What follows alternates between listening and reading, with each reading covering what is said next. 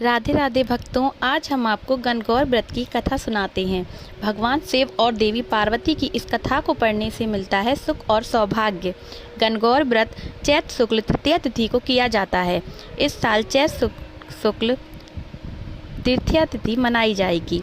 गणगौर व्रत इस दिन पूरा होगा। मान्यता है कि गणगौर का इस तरह से पूजन करने से विवाहित कन्याओं का सुहाग बना रहता है और पति पत्नी के बीच प्रेम बढ़ता है। आइए जानते हैं इस व्रत की कथा।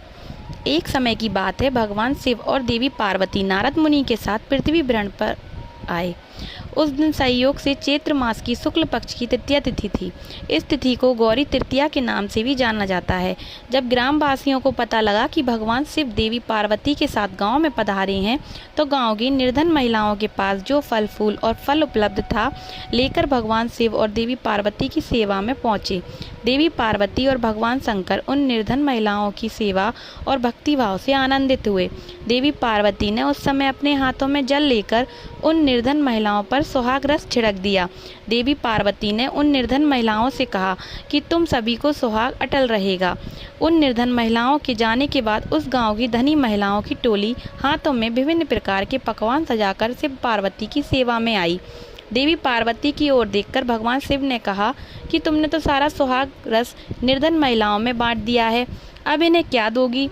देवी पार्वती ने तब शंकर भगवान की ओर देखकर कहा, मैं उन निर्धन महिलाओं को मैंने ऊपरी सुहागरस दिया है, इस धनी महिलाओं को मैं अपने सामान सौभाग्य का आशीर्वाद दूंगी। इसके बाद देवी पार्वती ने अपनी एक उंगली को काटकर उसमें निकलने वाले रक्त को सभी धनी महिलाओं के ऊपर छिड़क दिया। जिसके ऊपर जैसा रक्त गिरता उतना सुहाग मिलता गया। इस तरह देवी पार्वती ने चैत्र शुक्ल तृतीया तिथि को निर्धन और धनी महिलाओं को सुहाग बांटा था। इसके बाद देवी पार्वती भगवान शिव से आज्ञा लेकर नदी पर स्नान करने गईं।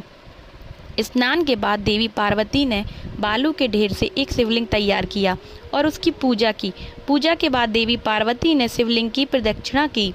इसी समय उस शिवलिंग से शिवजी प्रकट हुए और देवी पार्वती से कहा कि आज के दिन यानी चैत्र शुक्ल तृतीया के दिन जो भी सुहागन महिलाएं शिव और गौरी की पूजा करेंगी, उसे अटल सुहाग प्राप्त होगा। इधर शिवजी की पूजा करते हुए देवी पार्वती को काफ़ी समय हो गया, तो वह लौटकर वहां आई जहां पर शिवजी विराजमान थे।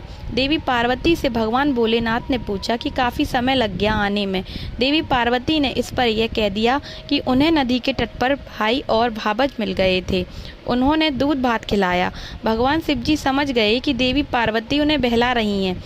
इस पर शिवजी ने भी कहा कि वह देवी पार्वती के भाई भाबज से मिलेंगे और दूध भात खाएंगे। शिवजी देवी पार्वती और नारद जी के साथ नदी तट की ओर चल पड़े।